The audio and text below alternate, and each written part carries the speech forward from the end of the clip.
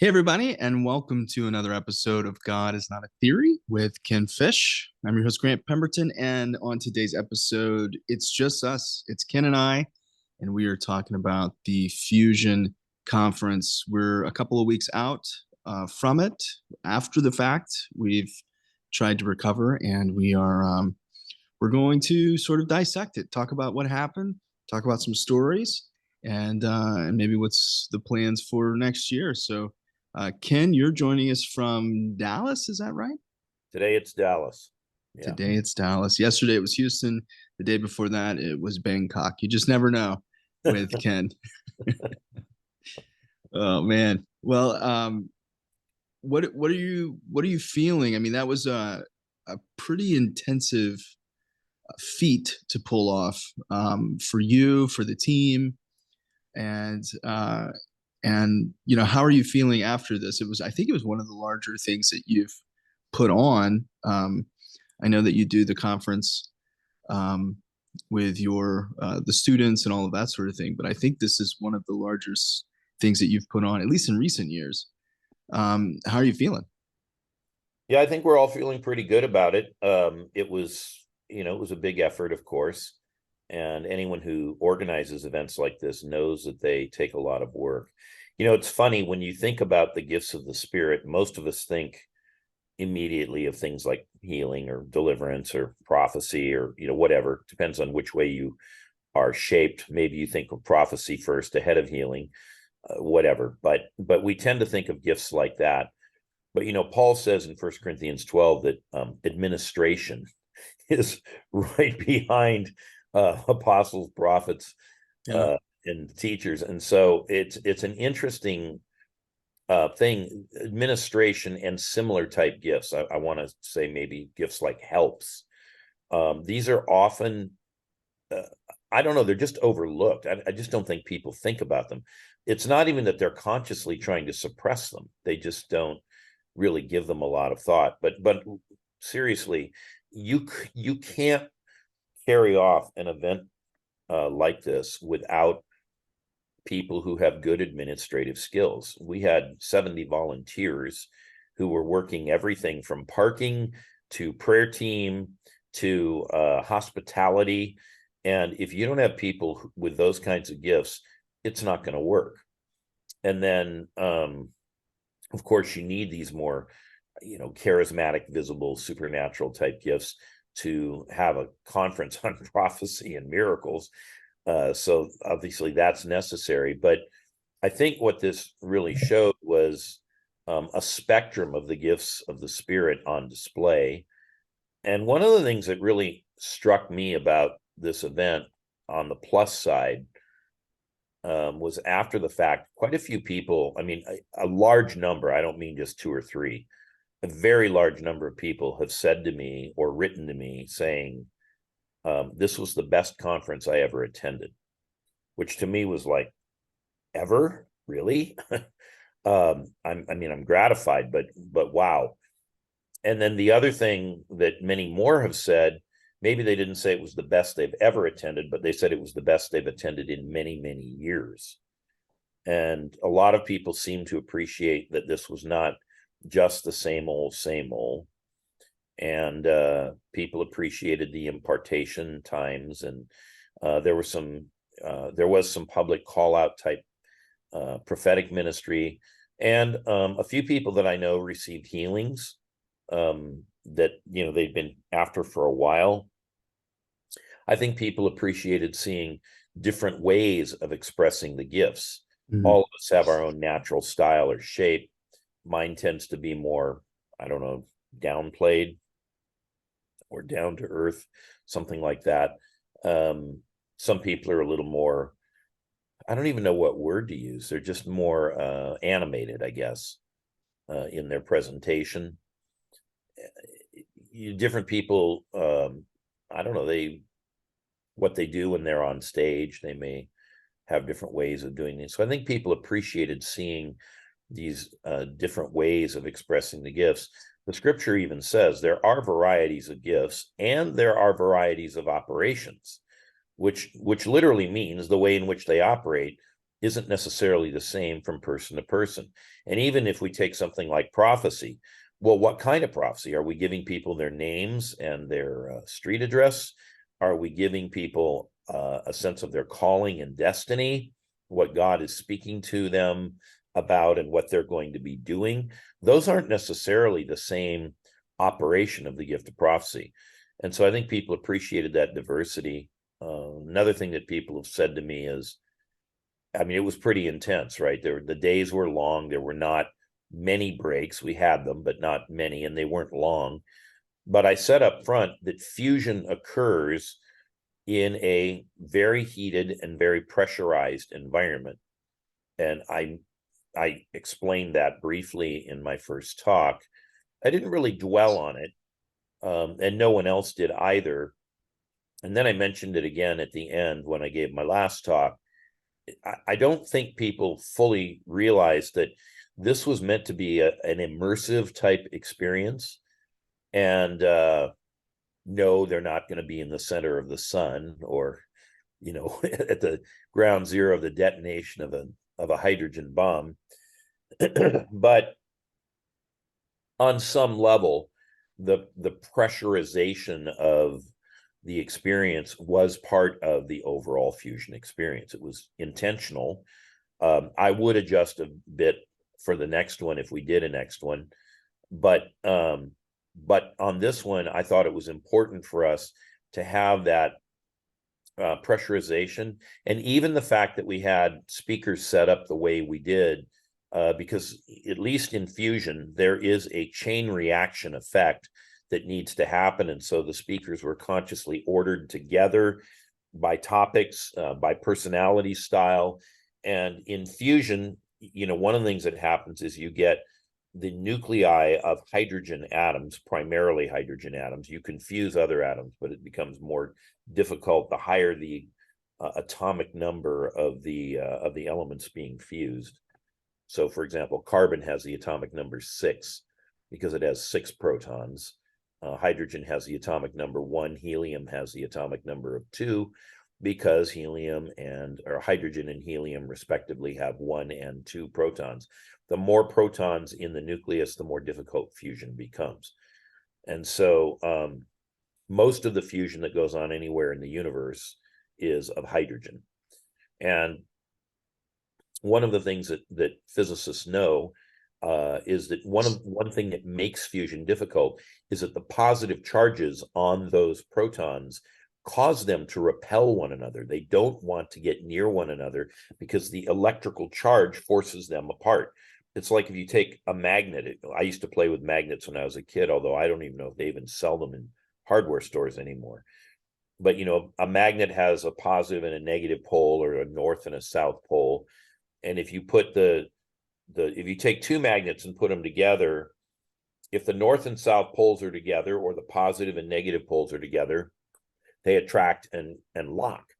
But if you put the two positive poles together, or the two north poles together, depends on which way you were taught to say this, then they tend to repel.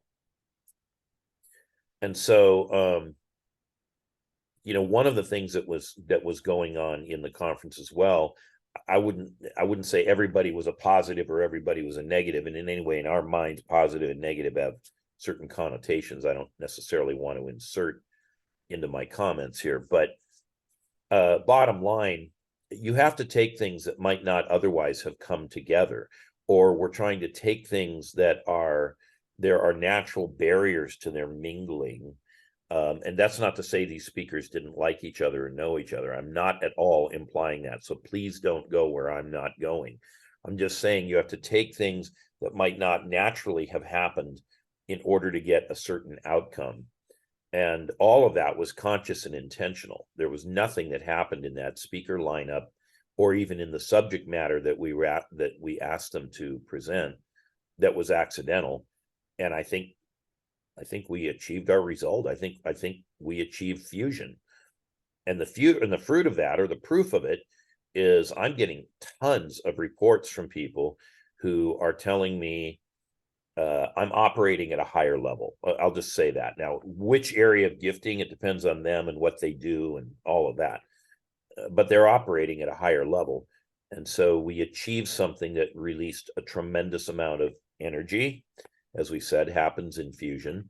Now, all of this is obviously an extended metaphor. No, there was no fusion reaction. No, there was no detonation of any nuclear, bomb. No, nothing like that. But the effect was fusile, and I'm excited to see the outcome. Certainly, I myself in Houston this weekend, we saw the effect of it in the ministry times, higher levels of clarity prophetically, tremendous breakthrough power, especially during the impartation times.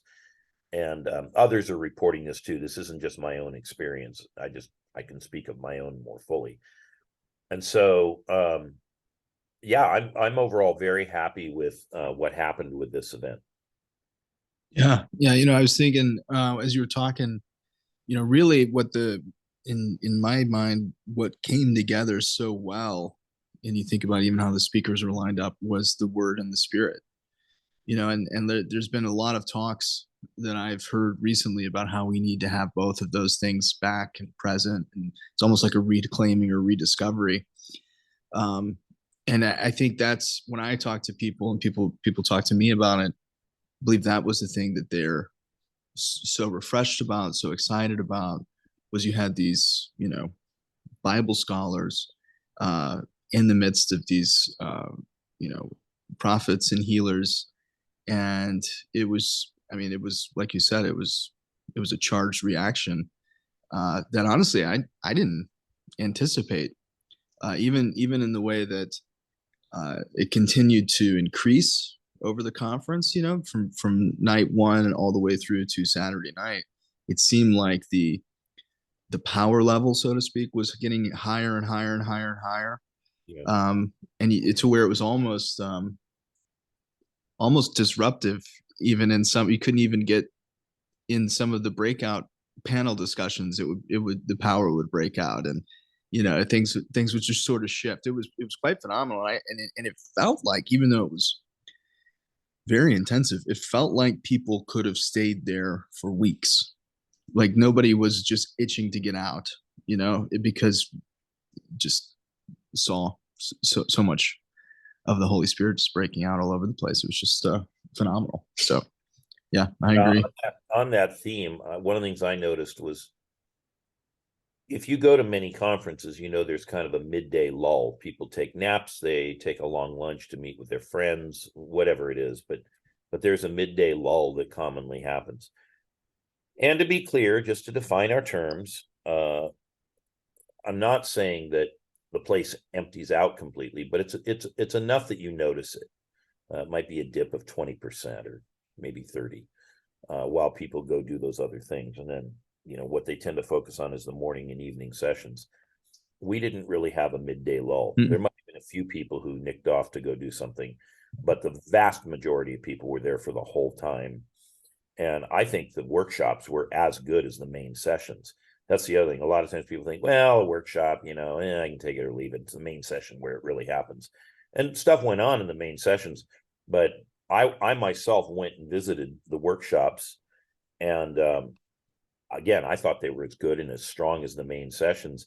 And one of the things we wanted to create, and we did, was we wanted people to have internal conflict over which workshop should I go to. I want to go to both. I don't want to miss anything.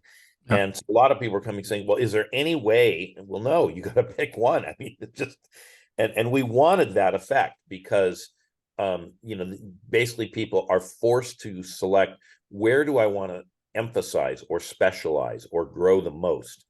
Well, I want to grow in all of it. I know you can grow in that other the next time maybe, but which one are you going to pick? There are some times in life when you can't, and I've done this. Sometimes I go to the store, I need a new shirt, and I see two that I like. I don't want to pick, so I buy both shirts. I didn't want people buying both shirts. I wanted them to have to choose.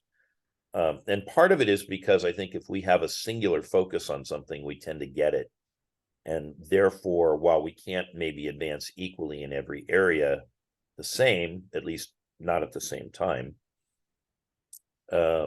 notwithstanding that, if we get focused on something, we tend to get more progress in that area. Yeah, no, and it was interesting too. Even the speakers stayed around all day, and which is rare because they're pretty busy and are trying to catch up on emails and all of that sort of stuff. But you saw that as well, which you don't see. I've never seen at any of the events that I've been a part of, because there was this sense of like they were going to each other's stuff again, not something you see that's typical, and especially at the level of the speakers and all of that sort of thing. And it was just there was a high sense of camaraderie. There was a high sense of expectancy amongst everyone, and it was just it was a pretty sweet moment the whole weekend or week, I guess. But yeah, it was quite unusual, but very good. Yeah, and it was challenging getting this conference to happen. We didn't really play that up, but it was very, very challenging. We had significant facilities issues. We had one facility lined up that, after having agreed to let us be there, they just backed away and said we can't do it, and didn't give us a reason. They just said no. And so we had to go find a new facility, and we signed that one up. But then there was a problem there. And then to solve that, we had to split into two different locations. And even though on a map they didn't look very far apart, and based on input I'd been given, I said not this specific podcast, but on this show, in the run up to it, I said they're about 5 minutes apart. That was actually not correct at all. They were about 5 miles apart, and you couldn't drive 60 miles an hour between them. So it wasn't going to be 5 minutes. But then it turned out there was road construction and commute traffic. And so it was more like 40 minutes apart, even though it was only 5 miles. And all of this just created all kinds of issues, like what happened to us with our technical audio visual. And so the people that were running that, they had to move from one facility to another. And one facility was easier to work with than the other in terms of just the access they were giving us to their internet connectivity. And so we were fighting with that. There were just a lot of issues. And because of that 40-minute commute to go 5 miles, the time they should have had for setup and testing and checking, that was greatly diminished. It wasn't zero, but it wasn't as much as it turned out they needed. So we had to overcome that. By the time we got to Friday, I think things were running fairly smoothly. But Wednesday night and Thursday in particular, these were not fun days for our audiovisual team.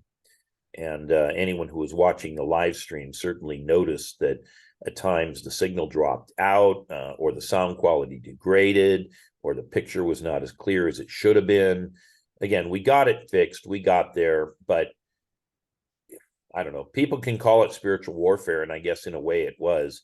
I don't know if the devil was himself behind it. Maybe he was, maybe he wasn't.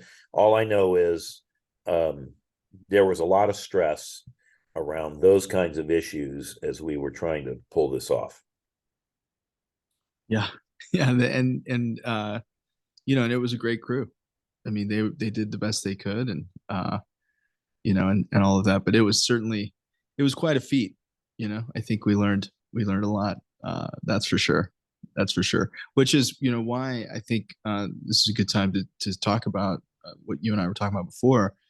Just sort of going into why, if people missed it, if they weren't able to be there, if they didn't stream live, why they're not going to be able to purchase. We're not trying to tease. We're not trying to mess with people. But Kim, why don't you speak a little bit to that, like you were speaking about before?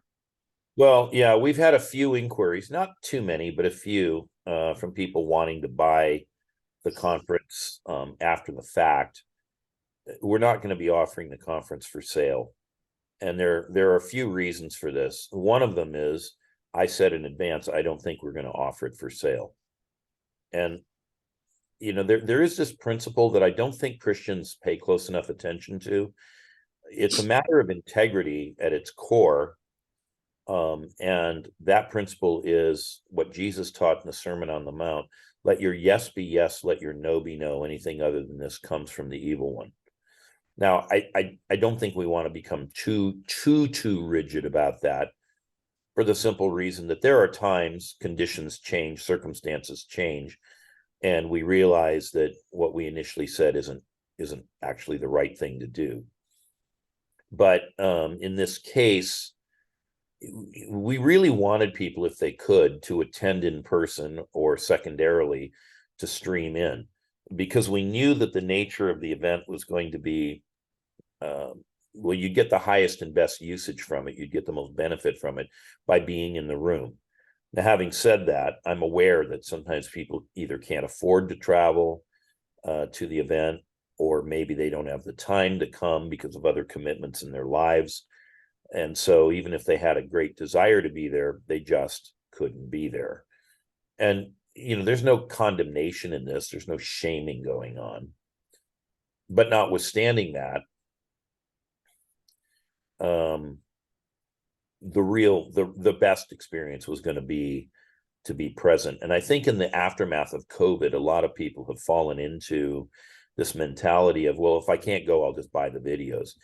And you can do that, but there have been numerous studies done on digital content that is available online wherever you get it, whatever topic it is, from whomever. And they found that less than 5% of people who buy recordings ever watch them, because people are busy and their days are full of whatever their days are normally full of. And just like they would have had to create a window to be there, they now have to create a window in which to watch. Now, it is easier if you can break it down into chunks and digest it over, say, 4 to 10 weeks. So that becomes an easier task.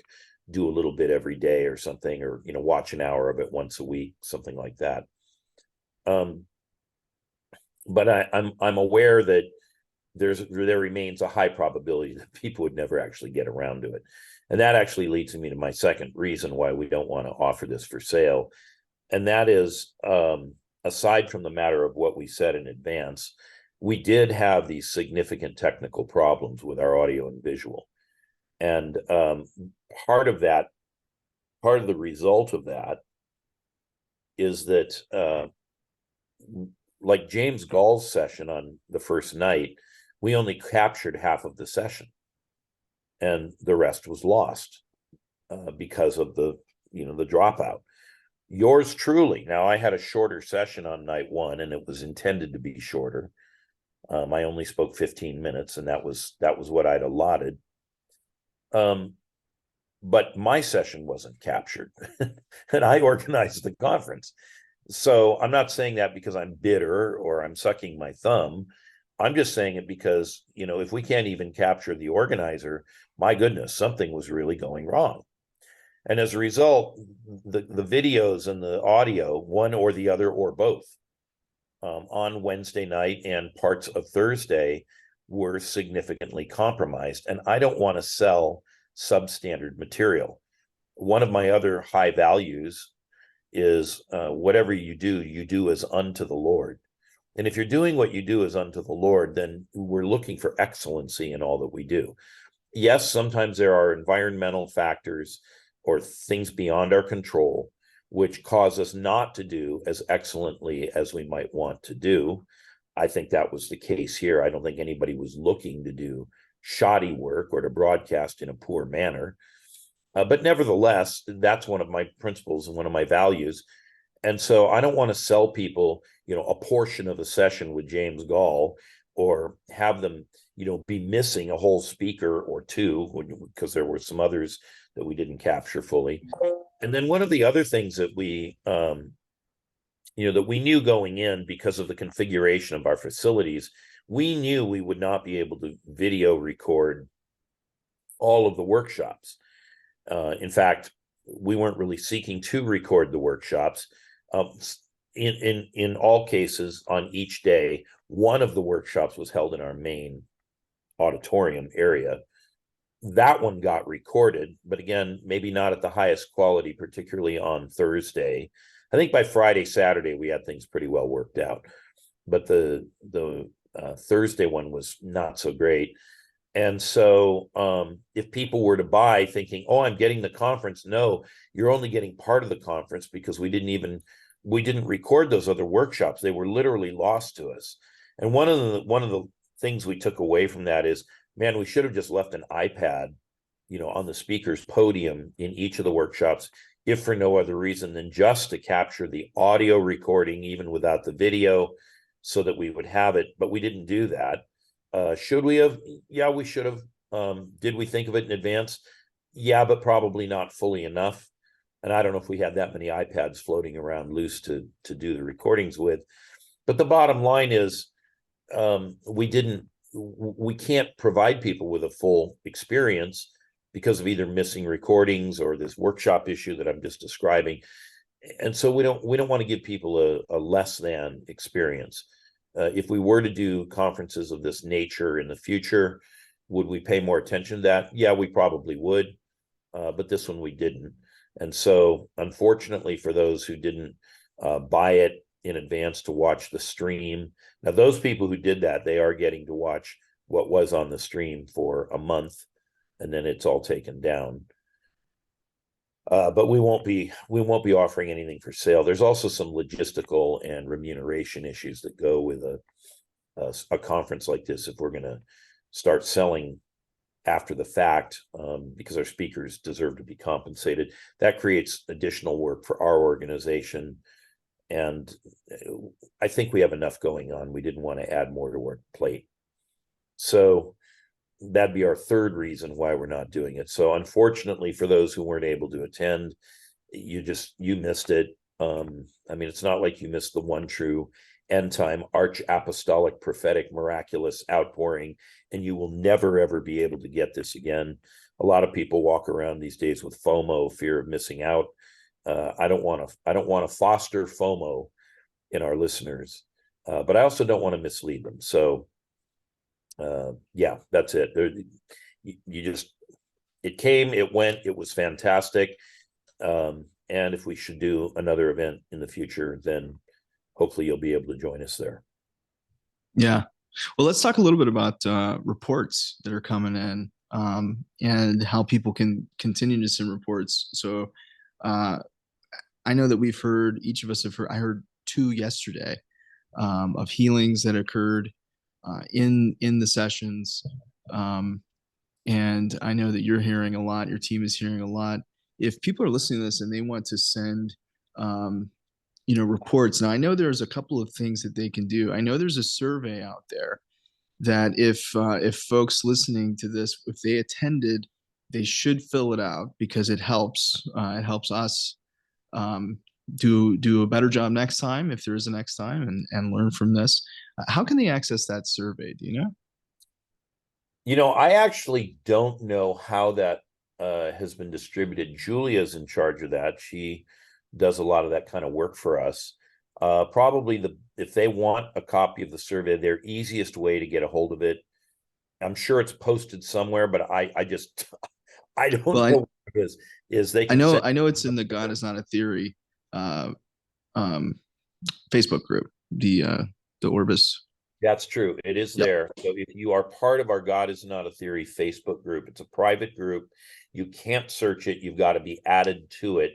If you're in the group already, you can find that link there. I know we did post it there. If you're not part of that group, by the way, and you would like to be part of the group, send a message to Brian Orbis, Bryan, Orbis, Orbis. And that's a Facebook name. And Brian will add you to the group. And a third option would be to request the link. And I was going to tell you to get in touch with Julia, but Brian handles a lot of this interface as well. So you could send a message on Facebook to Brian Orbis and ask for the link to the marketing survey on Fusion. And a fourth way you could do it is you could send an email to info@orbisministries.org, and we'll email that link back to you. Great. So I'll just tell you the one I heard yesterday. I heard two. One was, it's pretty amazing. It was this mom who brought her kids um, to the conference, and their baby had significant, um, I don't know what you call it, constipation issues. I mean, this is a young child, maybe 6, 7 months old, and um, and so she brought her baby, and I think it was Jeremy Nelson. She said had a word of knowledge about someone's with issues of tailbone. Well, there was an issue of the sacrum, something being out of whack on the baby, so she didn't think about it. It wasn't, it was a different word. The baby was actually in the middle of breastfeeding while this word came out, and stopped, looked at her, and started screaming at her, at the mom, when the word of knowledge came. Uh, and it just sort of, you know, broke her out of the lull of being, you know. So she raised her hand. They got prayer immediately. The baby has a bowel movement and hasn't had any problems since. And this is something like, it would be once a month they would go to doctors. It was this whole thing for their family. It was a nightmare, and immediate healing, and hasn't gone back. It's been what, 3 weeks now. Wow. And so I thought that was just incredible. You know, just even the whole interaction, where it was like the baby knew that the word was for her even before the mom did, which I just thought was so cool. And then the other one was from another woman who, you know, basically said, if it feels like I've been asleep for 5 to 10 years and I've just woken up, and, you know, all of this stuff I knew about, you know, and have operated on some level, but it's just the accuracy and the frequency, and all of that is just, you know, through the roof for her now. And I could keep going. I'm now thinking of other people that have said the same things. Actually having like physical angelic encounters in the night since this happened, you know. And so it's just those are just a sampling of some of the things. What have you heard? Have you heard any pretty amazing ones? This one isn't quite as, I don't know, it doesn't have the shock effect of what you just said, but one of my friends, actually one of my TAs in our school, she's had a long-term problem with sciatic pain, and Jeremy called her out during one of his sessions. And by the way, I want to be clear, this isn't all about Jeremy, because the other speakers were doing things too. But anyway, this one happens to be a Jeremy one, and her sciatic got healed, and so she has no more problems with that. But she is still having some other issues with her back, skeleton, alignment of hips that she didn't realize she had, because the sciatic was so predominant that she Wow. didn't realize all the other. And so now she's just dealing with the other in kind of a conventional way. And so these other more chronic long-term things that have been going on, they are resolving, I would say, according to a natural pattern, but they were so inhibited because of the sciatic that it's turning into a comprehensive healing. Part of it supernatural and part of it natural, which, we always say naturally supernatural. So Right. on the one hand, that's not bad, but it's not what we expect. Yeah. Yeah. No, that's amazing. That's amazing. I mean, it was, I'm going over now so many healings of people coming up at the conference saying, I got healed. I can't believe it. All of that. I mean, we had like a glory cloud show up. Yeah, that's right. We We should had talk about angels that. flying around the room. I Yeah, mean, it was wild. I mean, Jeremy has on video. Did you see his video I of did. a literal angel? Yeah. Yeah, yeah. And I texted him to get that video. I haven't gotten it yet, so I'm gonna try to get it. But yeah, I mean, that was, I think, Friday night was when that happened. That sounds correct to me. Yes, I Yeah, think I think it was Friday night. it was a night session, and we were not at Christ Church any We were at longer. Bethel, right? Friday night, yeah. Yeah, But there yeah. was a glory cloud, and for those who don't know what that is, this is when something of the Shekinah glory appears in the room. Bethel had a large one that was laced with gold glitter some years ago. I don't remember how far back now. It might have been 10 years ago. if you go look for Bethel Glory Cloud on YouTube, you can see it, because somebody did a very good job of capturing it on video. Similarly, we had one, wasn't quite as large, but it was there, and it was on, for us, the left side of the room if you were facing the stage. And Grant, you and I were talking about it and pointing to it, and a few people were messaging me. I didn't see the messages at the time because I had my phone in my pocket, but they were messaging me saying, what were you and Grant pointing to? Because the cameras weren't pointed up there, so that wasn't captured on camera. And Jeremy, yeah, the angels were coming around, and he pulled out his phone, and he literally did video an angel as it crossed the room. And at one point, my daughter Rebecca was in the lead with the worship, and Jeremy was standing next to me, and he goes, man, there's something on that girl. There's thousands of angels that just came into the room when she started into that. And I said, well, that's my daughter, Rebecca. And he goes, no way. So he didn't know that it was my daughter. He wasn't just buttering my ears. And, you know, and something really did shift. Everybody in the room commented on what was that happened.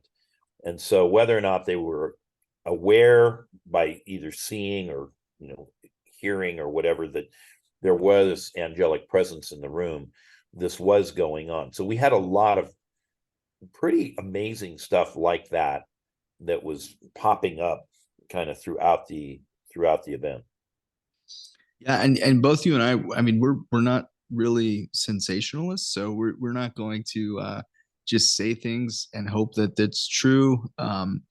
Bethel, we don't even have access to their ductwork to put glitter in the ductwork. If you know, as people have accused other at the church we were at, you know, it wasn't even our church. But it was, and we looked at it for a long time and looked at the others, you know, tried to make sure that we weren't just seeing like dust or something fall through the lights, but it was pretty significant. And what was so cool is, I think, because we were all on stage, and so, you know, people would whisper, I'm feeling this or whatever. And so many people before this started happening had these visions or thoughts about, there's angels here for this, there's angels here for that.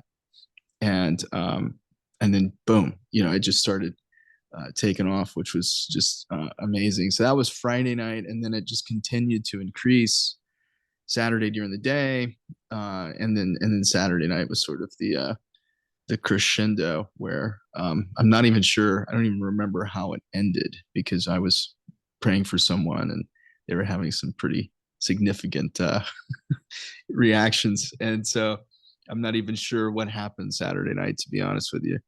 But it was amazing. It was just um, it was just amazing. And so I think that leads us in, as we're sort of landing this plane. Actually, Yeah, okay. Because this is a kind of a new addition that you don't even know about. But my own pastor of the church that Beth and I attend when we're home, well, she's home a lot, but when I'm home, this is where I go to church. So he was so blown away by what happened that and by the way, a prophetic word had come forth in our church. I wasn't there to hear it, but he told me about it, that there was going to be some significant move of God in the realm of the prophetic in the month of December. And so in the aftermath of Fusion, I'm back in California, and he and I often get together and we'll have breakfast or lunch. Whether or not I have been in church that week, it's just part of I like him, he's my friend. But I'm also checking in, and I'm trying to remain accountable to my pastor. It's an interesting relationship because I'm older than he is by a fair amount, but I don't have any desire for his pulpit, so there's no threat, and we work very collaboratively. And you know, a lot of times he's asking me for input on things, and so even though I'm not part of the board, I don't know, I'm part of his advisory council, I guess. By the way, there's no formal title like that. I'm just more describing functionally what happens there. Anyway, he really felt like he wanted to have a prophetic school of some kind. And so he wanted to know if we could put something like that together. And so really at his impetus, not mine, and I'm not organizing it. I talked to our organization about it because he wanted to know, did we want to run it? And they were all like, we're pretty tired from running Fusion. I don't think we want to do another one of these.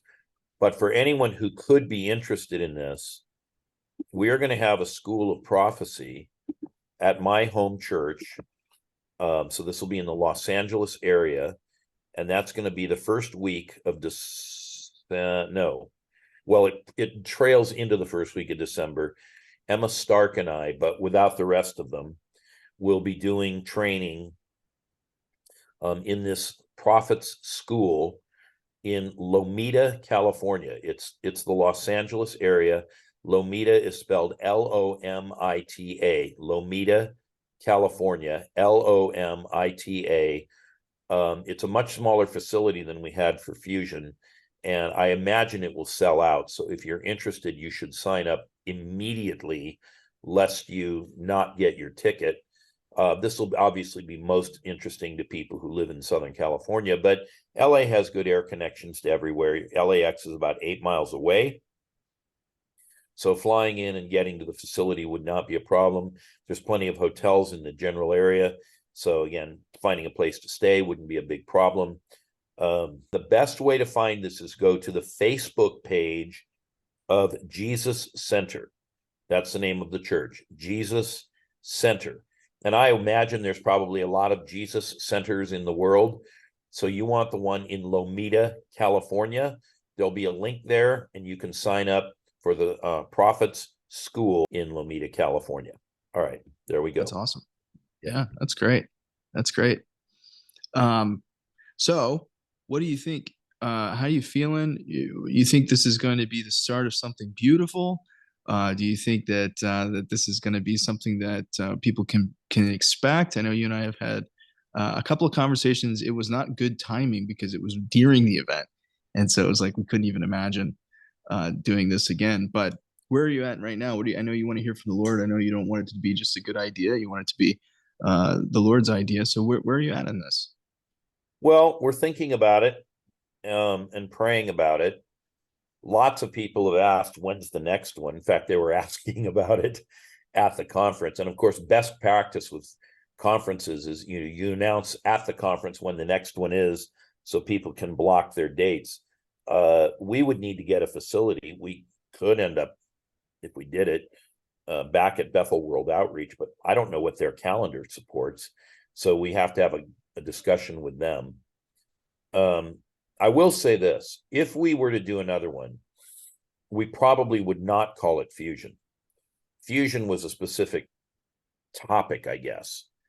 And I don't know that we would stay on that topic as good as it was. So after a fusion reaction occurs, there is the next. And we might think about what would that next be. When you have fusion going on in a star, there are things that result from that fusion reaction. We might think about the next step. I'm not saying we will do that, but that's one possible direction. Maybe we would have a completely different topic altogether that doesn't even follow the theme of fusion or nuclear reactions. I don't know. So we really would need the mind of the Lord. One of the other issues we had, or would have, I think, is to get this speaker lineup. We had to plan about 18 months in advance.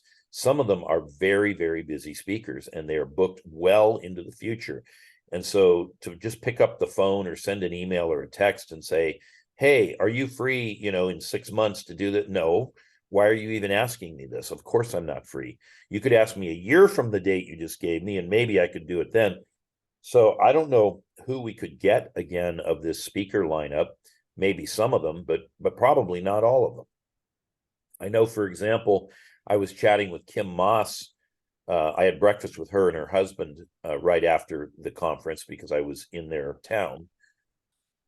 And she told me that she's pretty much booked out for 2024. So if we wanted Kim Moss again, I mean, she might try to help us, but I don't know if we could get her. And many of our speakers have calendars like that. So we might have issues with getting, the right kind of lineup to suit whatever topic we might pick. Then we have to think about facilities. We cannot go through the brain damage we went through with facilities again, period.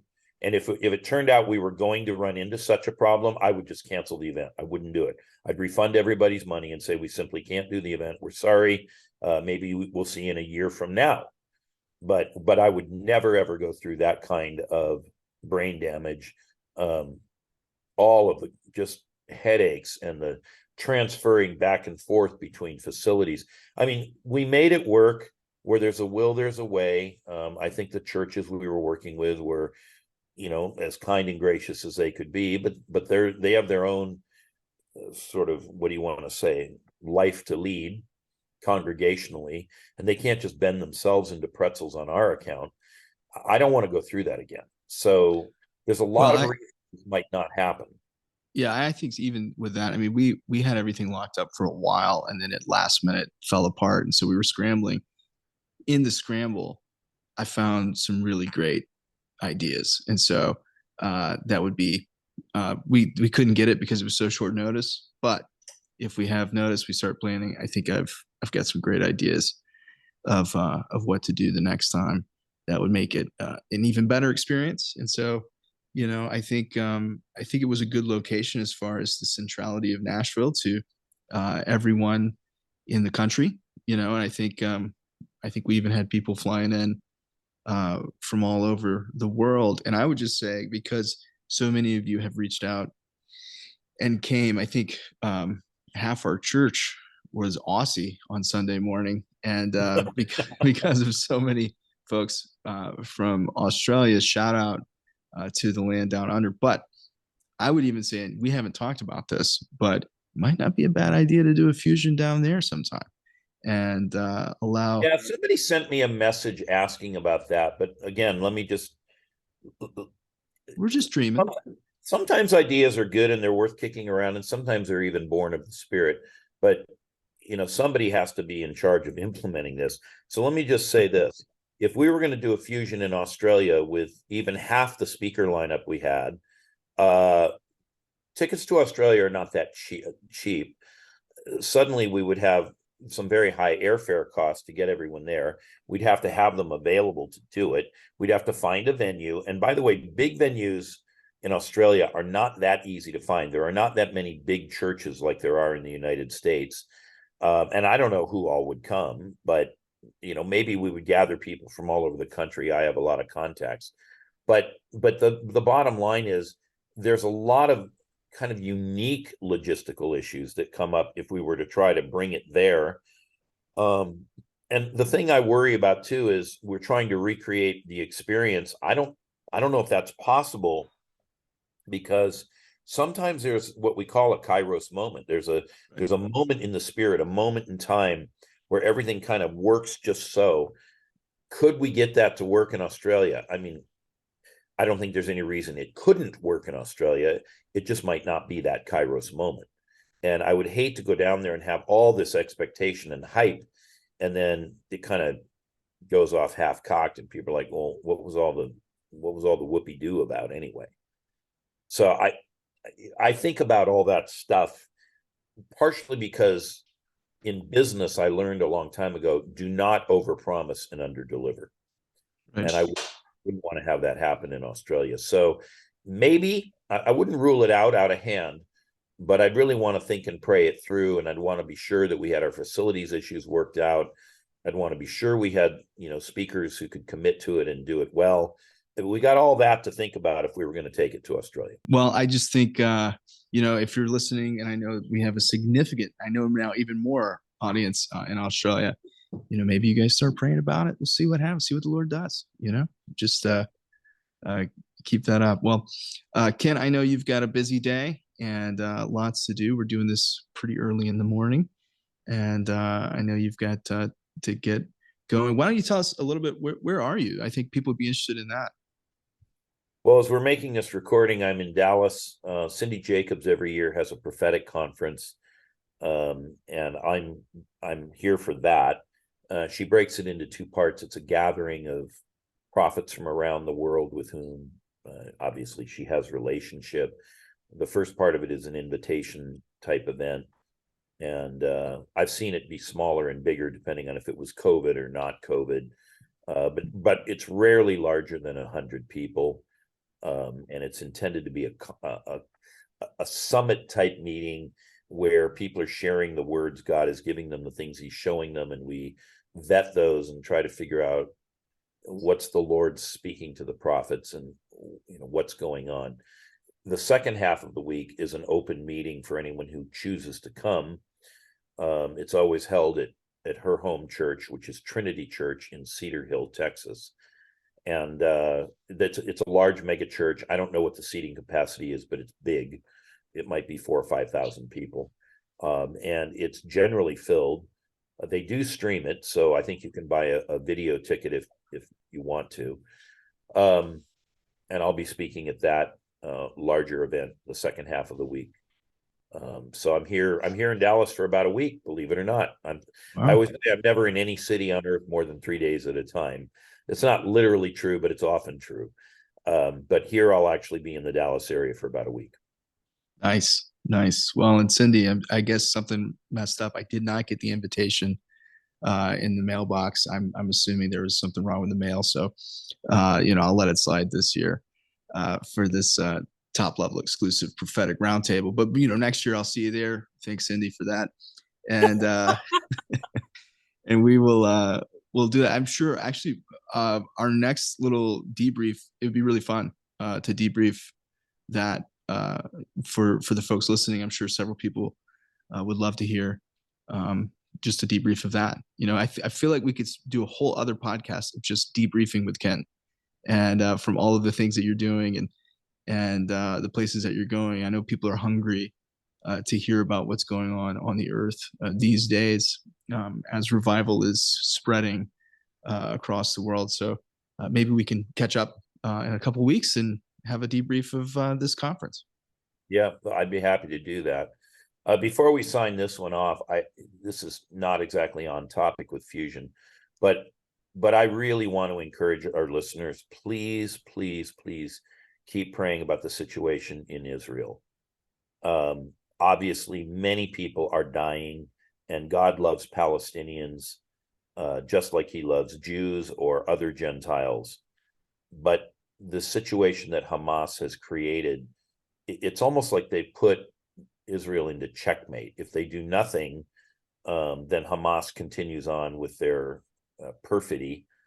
And some of you would be aware that to the north, there's another group called Hezbollah in Lebanon.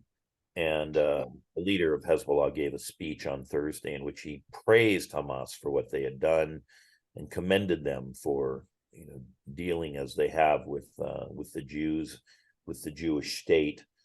And there's a rising tension and hostilities going on, including the exchange of missile fire between Israel and Lebanon. This could erupt into a wider war.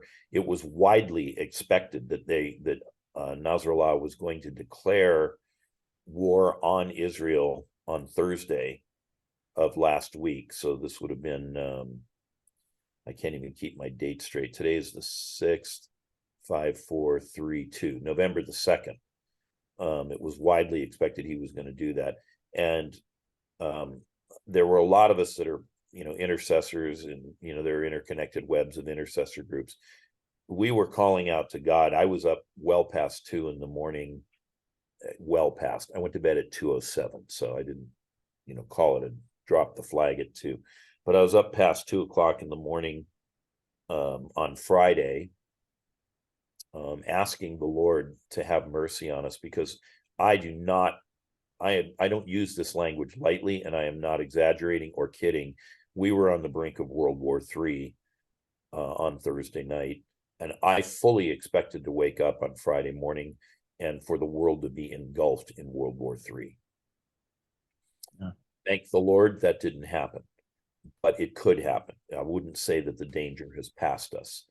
And so, we want a cessation of hostilities. We want those who are guilty of outright murder, and I would say barbaric murder, I want them brought to justice. I'd like to see peace established, in the Holy Land. I'm well aware of the biblical prophecies, and I know that, let's say that's easier said than done.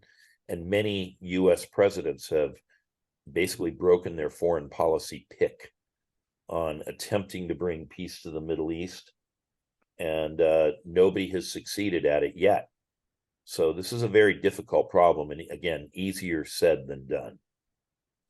But anyway, we need to continue praying for that situation, lest it spiral out of control and become something that engulfs the entire world in a global conflict. So with that, I'd like to just pray quickly about that before we close. Again, even though it's not on topic for Fusion, it's very much in my mind and on my heart. Yeah.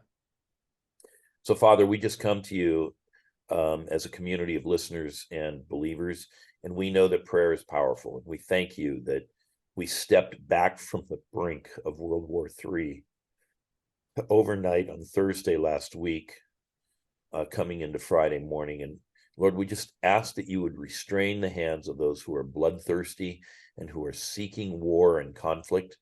We ask that the hostilities would recede. We ask that those who are guilty of murder and butchery would be brought to justice. We ask that justice would prevail. Righteousness and truth are the foundations of your throne, and justice and mercy are two of the twin aspects of your character. So we ask for righteousness, justice, and we ask that you would intervene in this terrible mess in the Middle East. We ask for comfort for those who have been bereaved, but Father, many of them, they don't know you. So how can they find comfort in you? And yet you are the God of all comfort. And we know that you have the ability to come even to those who don't know you. And we don't want to minimize or, speak platitudes simply by saying, comfort them, Lord. But we do ask that there would be a profound comfort that would come in the midst of so much bereavement. People are losing sons, daughters, babies, fathers, mothers, cousins, nephews, nieces, uncles, aunts, grandparents. It's just, this is what happens in war. It's why it's horrible and terrible. There are always those who are the innocent bystanders, the collateral damage. And it just, Lord, the nature of the way Hamas has hidden what they have under mosques and schools and hospitals, this is like the worst we've seen probably since the Second World War. And we ask for your help. We just ask for mercy. And we ask that you would bring righteousness and justice to bear. And your word says that you make wars to cease to the ends of the earth. Would you bring peace and a cessation of all of this bloodshed in Jesus' name? Amen. Amen. Amen. And we will be having continued guests from Israel over the next several weeks that we're checking in with, getting some more information from. In fact, this morning we were supposed to have one, and they weren't able to join us for great reasons, and they will be here next week. We will reschedule to do that. So we'll continue to keep you posted during this time as we continue to reach out to our folks that we have that are there for more insight and prophetic wisdom and how we can continue to pray. With that, Ken, thank you so much for joining us. I hope you have a great week, and we're going to be praying for you here, and we will we'll continue to wait for an update. Also, just a reminder, check out the prophetic school at Jesus Center in Los Angeles, California. You can find that on their Facebook group if you want to sign up. Ken Fish and Stark. That's going to be an awesome time into November, 1st of December. So with that, we will look forward to seeing you right back here next week for another piping hot, fresh episode of God is Not a Theory with Ken Fish. Giving Tuesday is right around the corner.